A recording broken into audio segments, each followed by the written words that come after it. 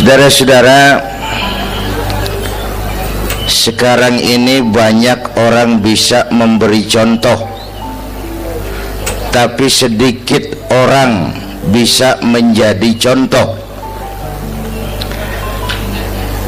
Ngasih contoh mah gampang, jadi contoh susah.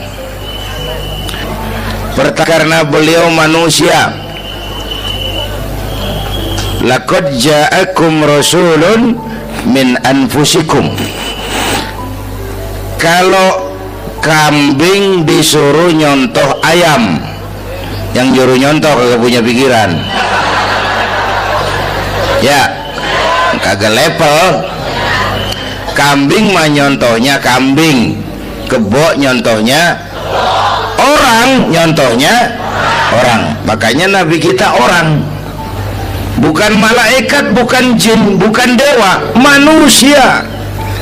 Kalau manusia disuruh nyontoh manusia, itu perintah masuk akal, predispositionnya sama. Kalau disuruh nyontoh malaikat mah ribet kan. Malaikat bagaimana nyontohnya, dia mah tidur kagak, makan kagak, sama duit budak, sama perempuan kagak open, lah susah nyontohnya. Ya, Superman tuh biar hebat nggak bisa dicontoh Superman, bagaimana terbangnya, lagian pakai celana dalam di luar ban, nggak bisa dicontoh Superman mah. Nabi kita manusia utuh, cuman sungguh pun manusia, kualitasnya beda. Ini namanya basyarun la kal basyari, manusia memang, tapi jangan samain, bobot bibitnya beda. Contoh, kita nih manusia, kita tidur. Nabi kita manusia, beliau tidur.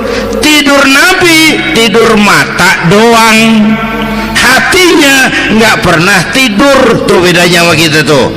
Tidur kita keblek, asal tidur habis-habisan. Lagi kita manusia, kita keringetan. Nabi kita manusia, keringetan. Keringet Nabi harum wangi, bau minyak kasturi, zaman belum ada parfum. Keringet kita udah rasain aja masing-masing dah, jangan pakai dikebet udah.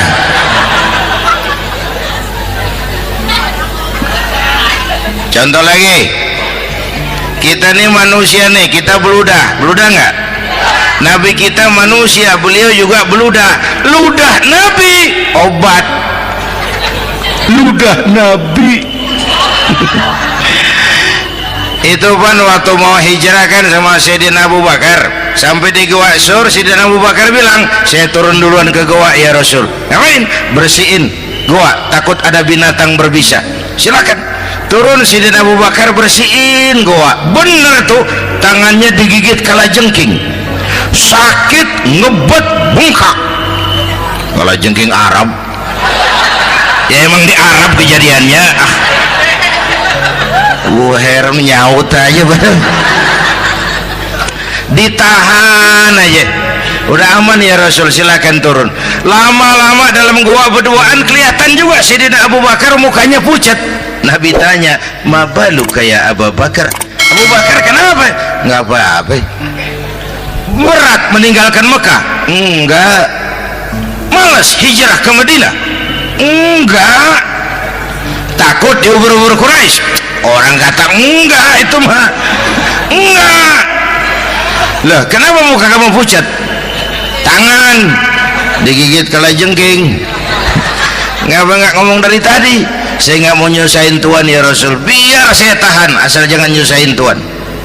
Jangan begitu kau. Sini tanganmu, diambil sama baginda Nabi. Bismillahirrahmanirrahim. Cuh, diludahin, ringkes, sembuh saat itu juga. Ludah Nabi. Pengen tahu kita yang ludahin, bengkak campur koreng.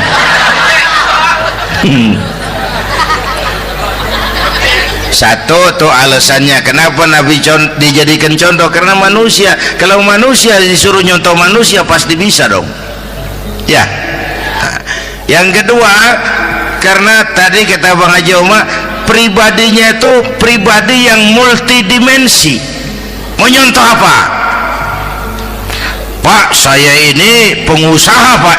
Nabi umur 9 tahun udah ke Syria tuh, dagang lintas negara, Syam tuh.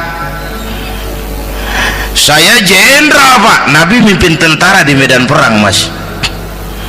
Saya mau balik Pak, Nabi dakwah Bung. Saya guru Pak, Nabi ngajar Mas. Innama bu'istu mu'alliman, aku diutus sebagai guru, guru umat, guru bangsa. Saya politisi Pak, Nabi diplomat ulung Bung. Saya presiden Pak, Nabi mimpin bangsa dan negara Mas. Saya kepala rumah tangga Pak, Nabi punya anak bini Bang. Ayo lempengan mana dulu cari ngomong. Malah Nabi Isa tuh nggak bisa jadi contoh bagaimana membina rumah tangga bahagia. Bagaimana membina rumah tangga bahagia menurut contoh Nabi Isa? Nggak ada Mas. Kenapa? Nabi Isa belum sempat kawin. Ya, Nabi Isa belum sempat kawin. Ada pengikut Nabi Isa menyangka nggak kawin ajaran Nabi Isa, pada ngikut lagi nggak kawin. Tuh pastor tuh mubazir. Nah, orang dikasih perabotan. Bang bener, saya kalau dalam Islam kiai kagak boleh kawin, saya pilih berhenti jadi kiai. Karena kagak ada giro-giroan, botak rambut.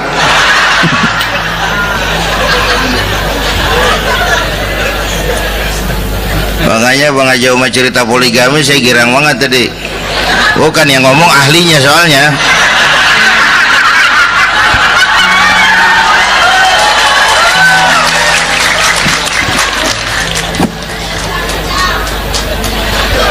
Dadah gitu aja deh ya. Nah, kata Imam Busair nih yang dahsyat, ka'annahu wa huwa fardun fi jalalatihi fi askarin hina talqahu wa fi hasham. Sepertinya kehebatan Rasulullah itu sama baik sendiri maupun di tengah tentara. Artinya begini, orang hebat banyak, tapi yang hebat di mana-mana susah nyarinya. Baginda Rasul ini lagi duduk hebat, lagi jalan hebat, ada di pasar hebat, lagi di masjid hebat, di medan perang hebat, di depan anak-anak hebat, di mata musuhnya hebat, di depan sahabatnya hebat, di mata istrinya hebat, di mana-mana hebat. Lah susah cari orang begini Bang. Ya, kita mah hebat juga setempat. Di kantor hebat, sekantor orang diomelin. Di kantor, pulang ke rumah dikeplak sama bininya diem aja. Ini di depan bininya dia kagak hebat dia mah.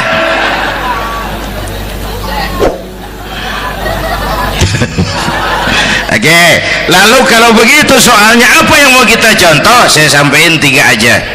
Pertama, Nabi kita ini tokoh yang sejak kecil udah ditempa kesusahan. Bu, tadi kata Bang Haji, Islam mengangkat derajat kaum perempuan karena perempuan banyak melahirkan orang besar. Lihat Sayyidah Aminah, ibunda baginda Nabi, melahirkan anak pertama tanpa didampingi suami. Meninggal suaminya, sedih hatinya, remuk perasaannya, tapi tegar jiwanya. Dilahirkannya bayi bernama Muhammad, diasuhnya penuh kasih sayang, diantarnya menjadi orang besar dan memang dibesarkan oleh Allah. Itu contoh tuh Bu. Bilangin anak-anak tong, bocah Nabi ngangon kambing tong, sekolah tong, jadi orang gede. Baba lu tibang tamat SD, lu sarjana lu. Baba lu cuman jadi RT, lu jadi camat lu. Biarin malu baba lu, pala jadi kaki, kaki jadi pala, asal lu terus sekolah. Bu, anak sekolahin, gelang doang digedein lu. Nih kan kita Betawi nih pendidikan ngentengin banget kotaan. Udah dong, jangan tinggi-tinggi sekolah udah. Ngapa mak? Baba lu kagak sekolah, hidup noh. Hidup dong, pun jamu monyet juga hidup. Bu, anak sekolahin.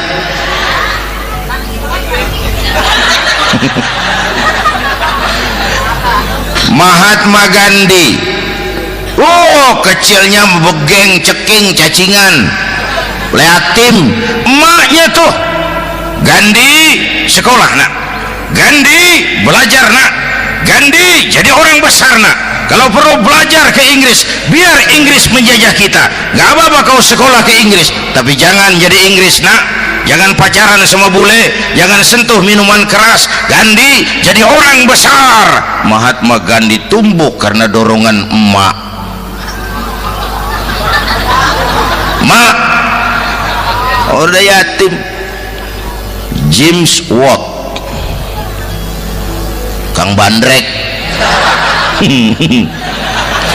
Emaknya tuh yang dorong tuh jadi orang besar. Belum lagi perempuan yang jadi besar. Di Indonesia ada Kartini, di Jawa Tengah ada Dewi Sartika, di Jawa Barat Dewi Sartika, di Bengkulu ada Fatmawati Soekarno sang penjahit bendera merah putih, di Aceh muncul Laksamana Malahayati, disusul kemudian oleh Cut Nyadin, baru kemudian muncul Cut Koko, Cut Meme, Cut, ya udah tak cut lain dah.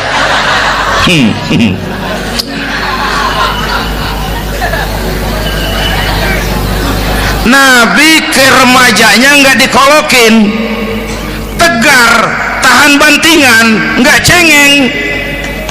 Begini bang, kalau bahasa kita nih, bahasa Betawi nih, orang mah bang kalau udah biasa susah ketemu susah nggak kaget udah. Ya kita Betawi kan mah susah udah nukangin. Susah mulu. Saya santri nih biasa makan kangkung, datang ke rumah temen dikasih kangkung, makanan gue ini mat, dikasih daging ayam lah nambah, emang apa?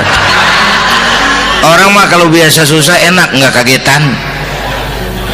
Saya santri biasa tidur di masjid, disuruh nginep di hotel lah pules nggak?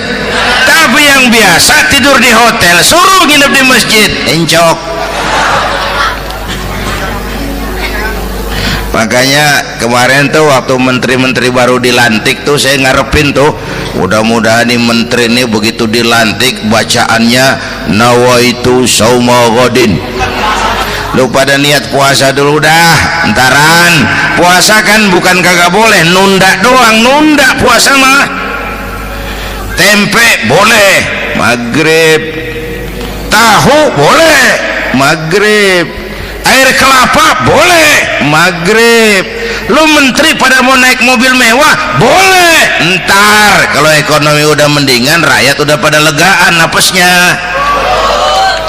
Ya sebab apa? Itu duit buat mobil para menteri kan duit negara, duit negara kan duit rakyat, duit rakyat kan duit gue juga, itu ada di situ. Gue bayar pajak. Sayangnya kebanyakan pejabat kita asal dilantik aja bacaannya Allahumma lakasumtu, niat buka puasa. Orang buka puasa kan kemaruk apa jadi gares ya. Bu, jadi benar Islam mengangkat harkat, derajat, martabat kaum perempuan. Kata Bang Haji Umar tadi, dengar nggak tuh? Waktu Nabi ditanya, ya Rasul, siapa yang paling harus saya taati di dunia? Ibumu. Setelah itu, ibumu. Setelah itu, ibumu. Setelah itu, bapakmu. Ibu 3 kali disebut, bapak. Coba pikirin, ibu 3, bapak 1. 1 bapak. Ini bagaimana ngitungnya, ini jadi kerok begini nih ngitung nih.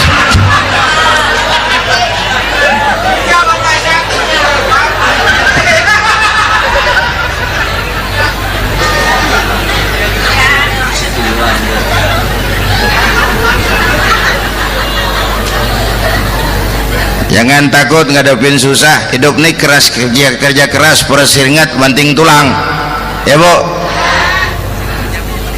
Satu. Yang kedua, contoh dari Nabi, orang yang paling bersih hatinya Rasulullah, orang yang paling baik akhlaknya Rasulullah, orang yang bahkan sudah dapat jaminan ampun dari segala dosa Rasulullah.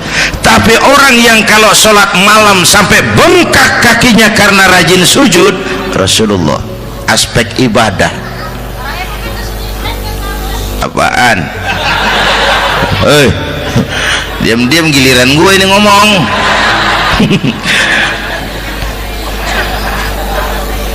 Lo ngomong lagi udah gue pulang. Canda neng. Udah gantian ya. Ya. Apaan urusan? Orang yang dosanya udah dapat jaminan ampun, kalau sholat malam bengkak kakinya karena rajin sujud. Saya tahu di sini juga banyak yang kakinya bengkak. Semurat. Oke. Kira-kira 3 minggu yang lalu saya menghadiri haul akbar Syekh Maulana Malik Ibrahim di Gresik, haul ke-609. Dari situ saya ke Surabaya ikut zikir sama keluarga besar Tarbiyatul Qulub.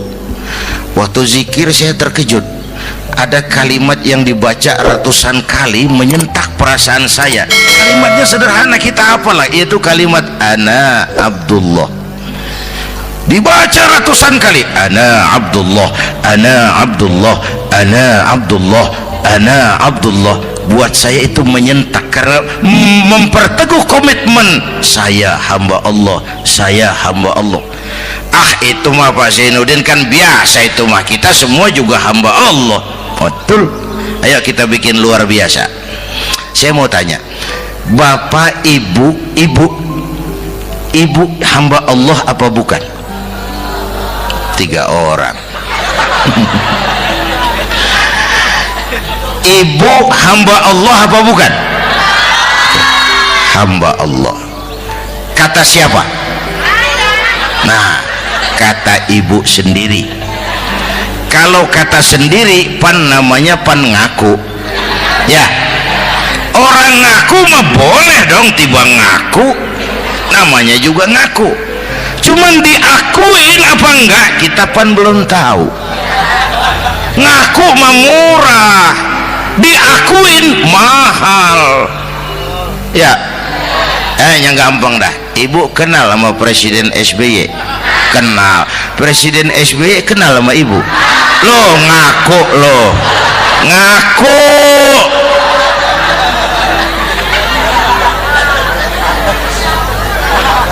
Saya hamba Allah, kata saya.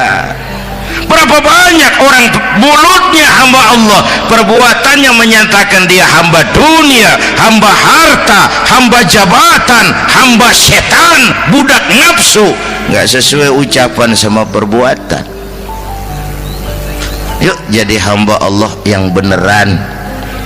Jangan separuh-separuh. Kita mapan asal sakit mah hamba Allah. Ya Allah, ya Allah, lagi sakit.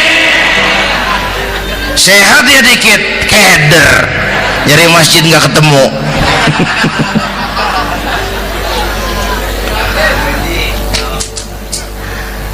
Apalagi kata Bang Haji tadi nih, kita nih kan zaman entertain nih. Orang pada pintar bikin bungkusan sekarang Bang. Ya, abad entertain, orang pada bangun pencitraan. Tadi itu kiai sama dukun tipis bedanya. Dukun pada pasang iklan sekarang, ketik reg. Waduh, sampean lahir hari Selasa, nggak cocok di air, ono di hutan sono. Larang udah dagang es jadi berhenti, nggak cocok di air.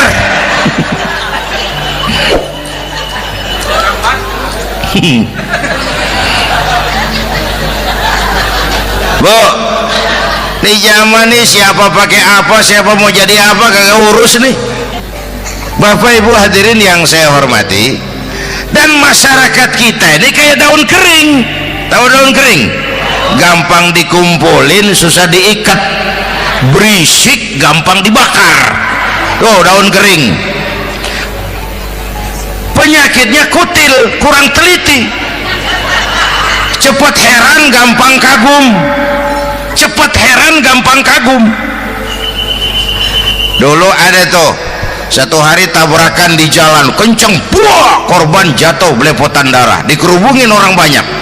Datang wartawan mengambil gambar dari dekat, susah, orang banyak bener ngerubung. Cari akal nih wartawan, tolong saya dikasih jalan ke dekat korban. Orang nengok semua, saudara siapa? Saya bapaknya korban, katanya. Dia ngaku bapaknya korban. Ya orang minggir semua, minggir, ini ada bapaknya korban. Orang minggir semua, dia maju ke depan korban. Sampai di depan korban, pucat mukanya tuh wartawan. Kenapa? Yang ketabrak anak monyet, Pak. Dia udah kedongan ngaku bapaknya korban.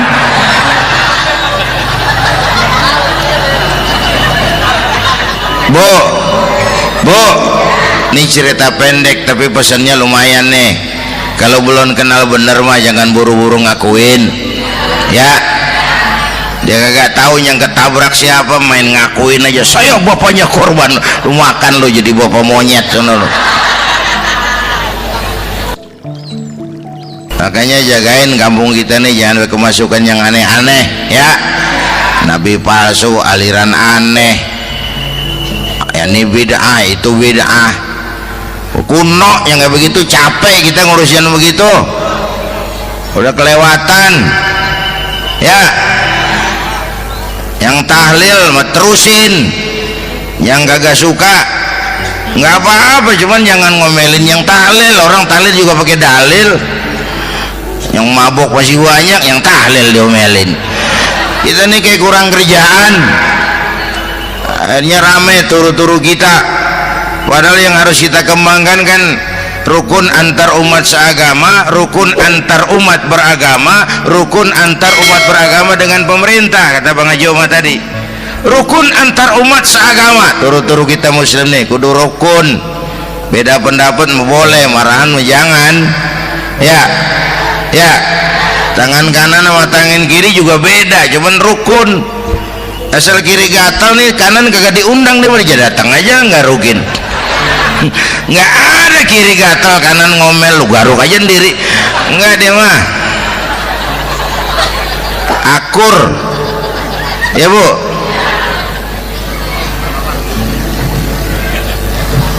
Yang kedua, rukun antar umat beragama. Islam ini rahmatan lil. Yang ketiga, rukun antar umat beragama dengan pemerintah. Ini mah kita kan bermasyarakat sama juga sembahyang berjamaah, ada imam, ada makmum, ya. Nih rakyat kalau jadi pemilih yang pintar ke depan, nah, mau milih wali kota kayak gubernur kayak presiden kayak. Sebab apa? Sholat berjamaah kan siapa makmum kagak penting, Bang. Makmum mah siapa aja boleh, ya. Tiba ngikutin dia mah, ngaji dia mah gimana kayak nggak ada bab pemilihan makmum, nggak usah. Makmum mah kagak usah dipilih, siapa aja boleh, ya. Bang, tuh orang budak, Bang, boleh jadi makmum. Bacanya kagak fasih, boleh jadi makmum. Ketinggalan satu rakaat, boleh jadi makmum. Tapi nggak tiap orang boleh jadi imam. Siapa yang dipilih jadi imam? Pertama, a'lamuhum, kata Nabi. Orang yang paling alim di kampungmu siapa? Angkat jadi imam. Yang paling alim, bukan yang paling tua. Tua juga kalau kejemur keisut. Dulu tuh Nabi Adam waktu diangkat jadi khalifah kan bekalnya apa? Wa 'allama Adam al-asma'a kullaha. Al-asma' ay al-ulumul katsirah. Dulu zaman Fir'aun perang sihir sama Musa, sekarang perang visi dan misi. Punya ilmu, Bu, ngerti urusan dari tetek sampai bengeknya. Kalau ngikutin imam yang alim pan enak, bisa dipertanggungjawabkan. Hati-hati milih pemimpin, maksudnya bu jangan terjebak oleh penampilan. Emas pasti kuning, benar? Apa semua yang kuning pasti emas? udah paham dulu. Ustadz, kenapa? Di kampung saya ada 2 orang alimnya sama. Yang mana yang jadi imam? Afsahuhum, yang lebih fasih lidahnya. Yang satu alim pelok, yang satu alim kagak pelok. Yang kagak pelok suruh jadi imam. Kenapa? Nggak sah orang fasih bermakmum kepada imam pelok. Ustadz, imam pelok, makmum pelok semua. Sah. Namanya kampung pelok, biarin, susah diurusin udah itu. Apa sih artinya fasih? Yang enak deh, nyambung. Pegel kalau punya pemimpin kagak nyambung sama rakyat. Ya, rakyat mau yang ngidul deh ngalor, rakyat mau yang ngulon deh ngetan. Lah kan capek rakyat, kagak nyambung. Makanya kalau jadi imam pesan Nabi, idza amma ahadukumun nas falyukhaffif. Kalau kamu jadi imam, ringankan sholat kamu. Itu makmum nggak sama kekuatannya. Jangan panjang-panjang kalau jadi imam, kudu tahu keadaan makmum. Tuh makmum ada yang udah tua rentak, diri aja udah gemeter. Ada yang punya darah tinggi, kalau sujud kelamaan palanya ngebet. Ada yang udah janji tuh makmum habis sembahyang mau terima duit. Kalau imam kelamaan, kalau sodan makmum.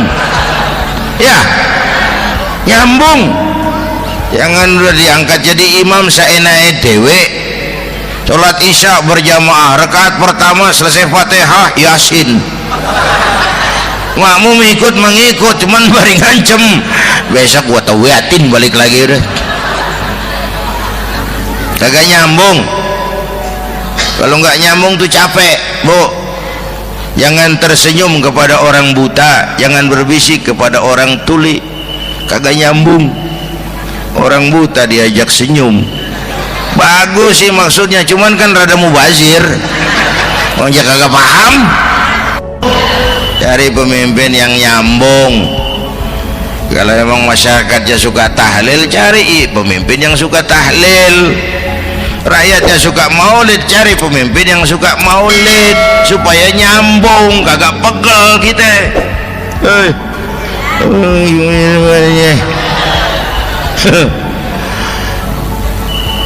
Bapak Ibu hadirin, saya balik urusan kita. Nyontoh Nabi ibadahnya luar biasa. Bu, kita ini perlu Allah. Kita ini perlu Allah. Semua kita perantau di bumi Allah ini. Perantau pasti pulang.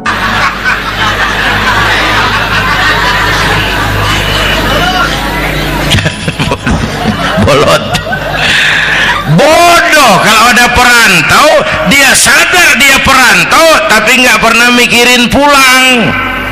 Lebih bodoh lagi mikirin pulang tapi nggak nyiapin bekal. Kan tadi Bang Haji Omah udah bilang tuh, muda mati ya. Kadang-kadang engkongnya segar banget, cucunya mati ya. Perantau mah mesti pulang. Sini mah kita ngendon doang, ngendon taran. Mula-mula pan Bang, kita mah tinggalnya jauh di alam arwah. Dari sana pindah ke alam rahim, alam kandungan emak nih. Pernah tinggal di situ 9 bulan tuh. Ada yang 2 tahun, yang keluar udah kumisan.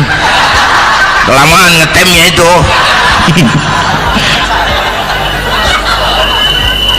Dari sisi ini oh pantes ibumu, bapakmu, karena alam rahim, fisik dan psikis emak lebih capek dari kita bapak. Kita mah orang laki mah, kita mah pan investor gitu mah, nanam modal doang. Yang ngolah pabrikan emak tuh ya mak. Pabrik. Anak-anakku remaja, pemuda yang hadir, Masya Allah, emakmu, emakku, emak kita semua nih, dari mulai ngidamin kita udah kita seksa nih mana. dari mulai ngidamin kita udah kita seksa emak nih, muntah nggak urus. Mending ada yang dikeluarin mah enak, lega. Ini kagak ada apa-apanya. Bener mak, yang dipengenin yang kagak musim lah kan setengah mati lagi urusan. Tengah malam pengen megang pala kereta, lu jorok bener lu, gue heran.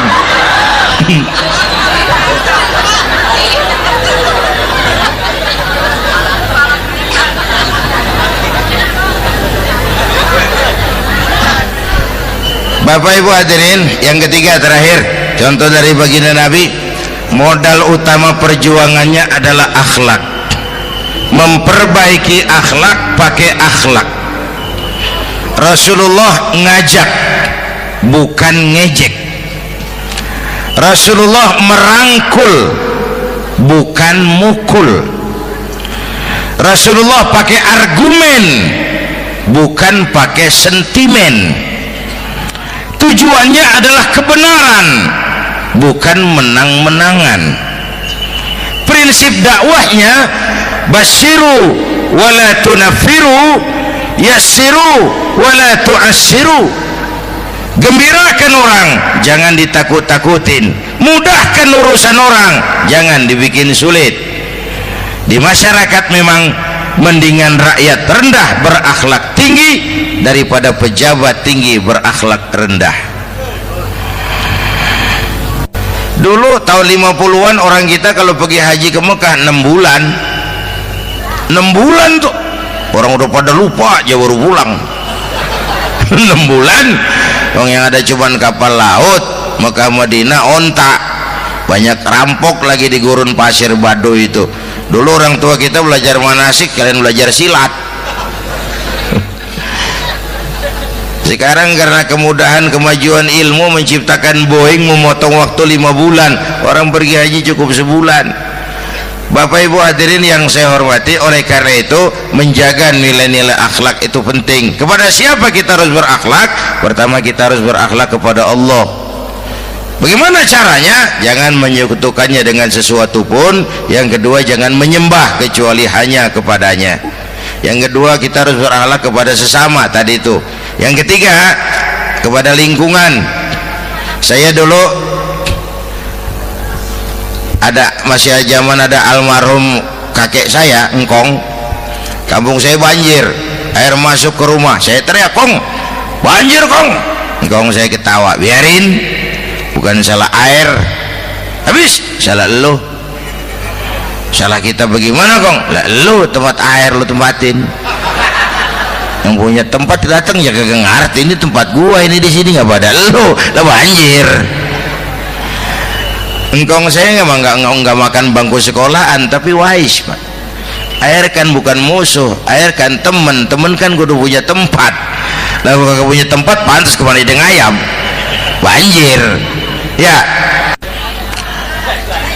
Dulu saya remaja ngaji babul istinja, kiai ngajar makruh buang air kecil di tanah berlubang. Saya tanya, kenapa makruh kiai? Pertama, untuk alasan kesehatan. Siapa tahu di lubang yang kamu kencingi ada gas beracun. Kalau tidak kiai, kalau tidak maka artinya melindungi binatang yang ada di dalam lubang. Siapa tahu di lubang yang kamu kencingin ada semut sedang rapat membahas laporan Susno 2Ji. Apa dosanya lalu mati dikencingin? Ini namanya rahmatan li semut. Saya mau bilang alam sekarang tidak seramah dulu karena kita juga nggak ramah sama alam. Bapak Ibu hadirin yang saya hormati, padahal watak Islam rahmatan lil alamin.